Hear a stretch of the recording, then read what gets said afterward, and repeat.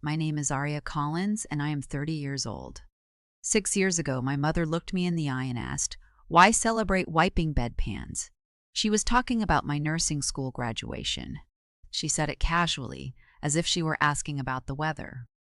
My father stood next to her, nodding. My brother Maverick was in the other room packing his golf clubs for a tournament in California, a tournament scheduled on the exact same day as my graduation. They chose the tournament. I didn't scream. I didn't slam doors. I quietly left their house and made a decision. I would never ask them for anything again. They didn't know that I had just been offered a research position. They didn't know that the bedpan work they mocked would soon save nearly 200 lives. And when they walked into that ballroom years later, dressed in their finest, ready to network with Arizona's elite, what they witnessed made them hang their heads in shame.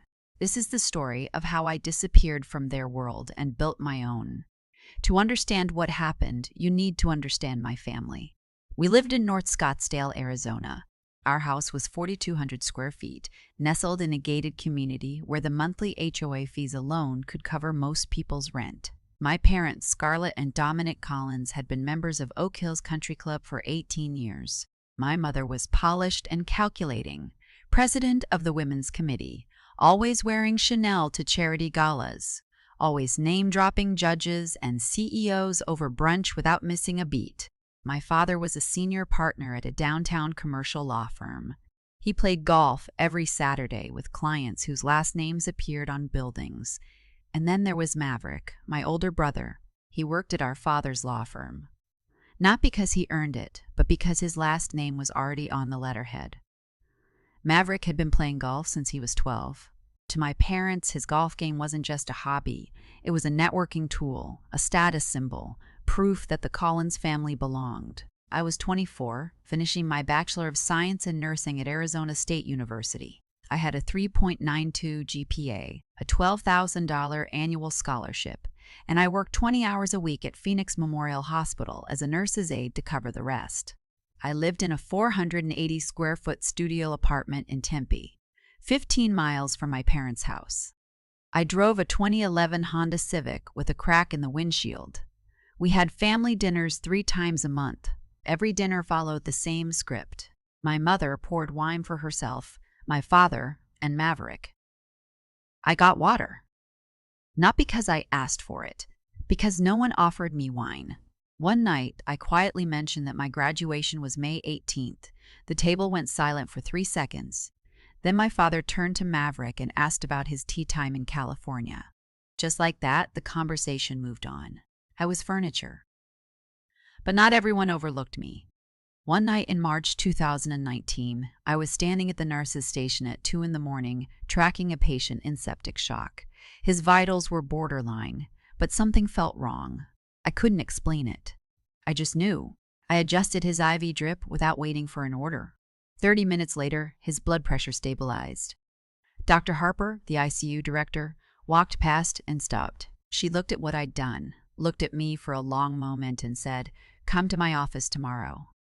The next evening, she slid a nomination form across her desk. "I'm nominating you for the Dean's Clinical Excellence Award," she said. "You see patterns before they become emergencies. Don't waste that." I walked out of her office feeling something I hadn't felt in years. I felt seen. Then the email arrived. It was April 30th, 2019. My mother wrote that Maverick's Arizona State Amateur Championship in Pebble Beach that weekend was a significant event club members, a federal judge, and a CEO would all be watching. My graduation was just walking across a stage. She said they'd celebrate me another time. I read it 3 times. I didn't cry. I forwarded it to a folder on my phone labeled Receipts. Then I texted my Aunt Naomi. She replied in 30 seconds. "I'll be in the front row." Naomi was my father's older sister. She had worked as a head nurse at Phoenix General for 43 years before retiring. My parents barely spoke to her. She'd never married, never had children, and spent her life in scrubs instead of cocktail dresses. In my mother's world, Naomi was a cautionary tale. In mine, she was the only person who truly saw me, the The morning of May 18th, I woke up at 6 a.m., made coffee, and put on my cap and gown alone in my studio apartment. I stood in front of the bathroom mirror and adjusted the tassel 3 times. At Sun Devil Stadium, I had reserved 4 seats. 3 stayed empty. Naomi sat in the front row wearing a floral dress and a wide-brimmed hat.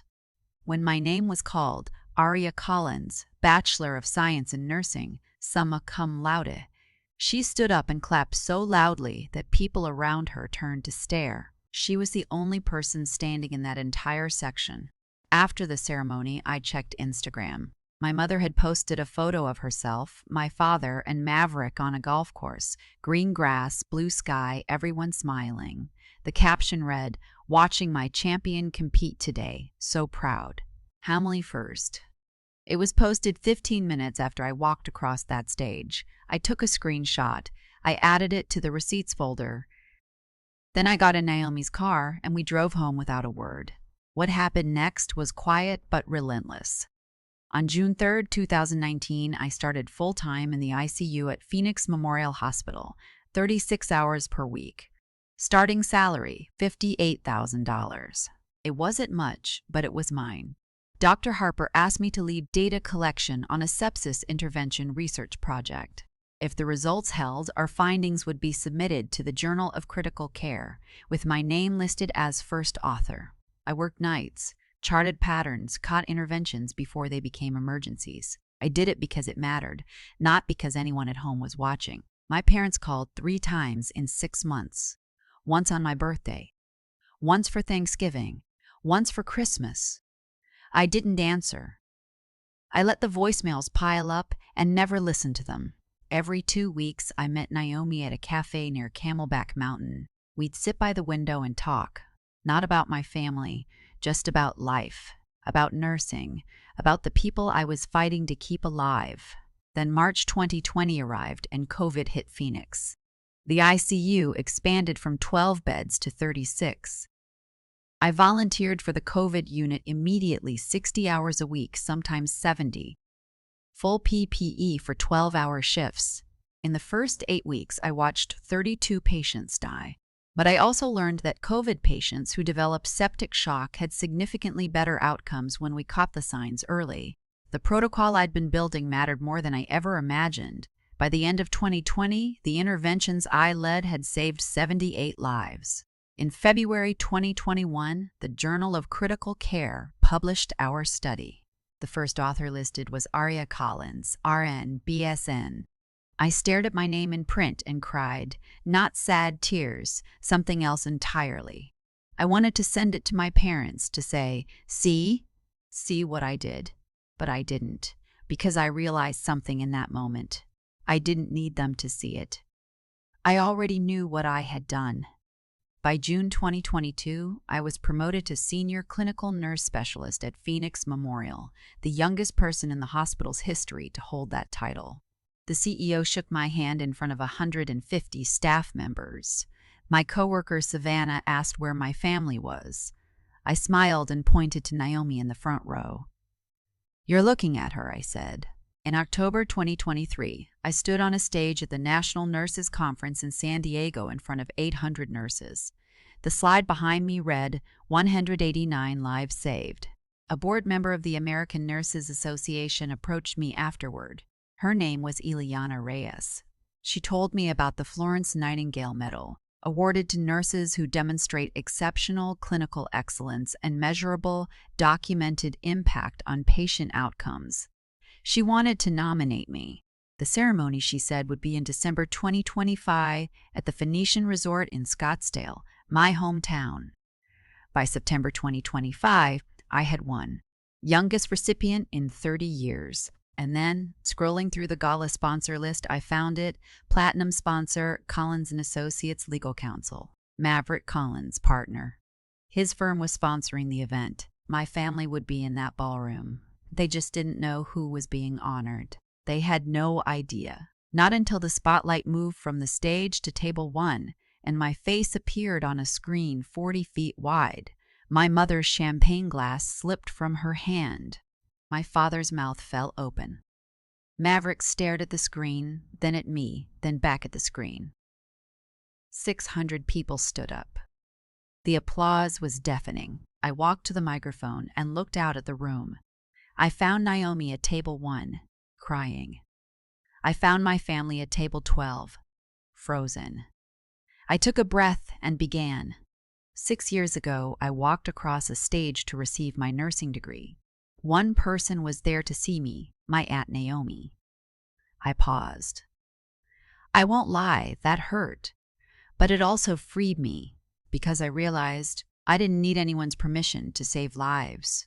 I let my eyes rest on my mother for just 2 seconds. I was once told that nursing was practical, that it wasn't worth celebrating, that I paused, wiping bedpans. The silence in the room was absolute. But every life I saved mattered. Every protocol I perfected mattered. Not because someone told me it did, because I knew it did. The standing ovation lasted 4 minutes and 15 seconds. Afterward, my mother, father, and Maverick approached me near the bar.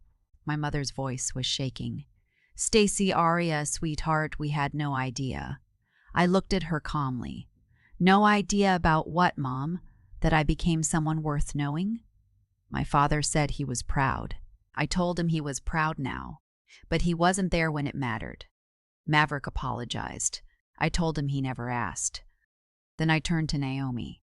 "I think we're done here." We walked away. Behind me, I heard my mother begin to cry. I didn't look back. Over the next 10 days, I received 14 messages. I read every one. I replied to none. On December 26th, I wrote one email, addressed to all 3 of them. Subject: boundaries. I told them I didn't need their pride now. I had needed their presence then. I told them I was open to occasional contact, but only on my terms and only with time. I hit send. My mother replied, "I understand, I'll wait." I closed my laptop. For the first time in 6 years, I felt genuinely free. In January 2026, I deleted the receipts folder, every screenshot, every voicemail, every saved email, all 18 files. Gone.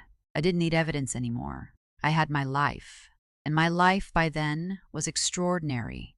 National nursing consultant for the American Nurses Association, a protocol running in 52 hospitals, a medal on my shelf, Naomi's number saved as Mom in my phone. One afternoon in February, Naomi and I hiked to the top of Camelback Mountain. The sun was setting. The sky was pink and orange over Scottsdale. "Do you think they'll ever really understand what they missed?" she asked. I thought about it. "Does it matter?" She shook her head. "No, I guess it doesn't." We sat in silence for a while. Then I said, "I used to climb this mountain and wonder when I'd feel like I belonged. Now I know. I belonged all along, just not to them." Naomi put her arm around me. Below us, the city stretched out into the desert, the city where I grew up invisible and where I became impossible to ignore. I chose myself. I chose my patients. I chose the people who saw me. And that choice, that single, quiet, unannounced choice, saved my life.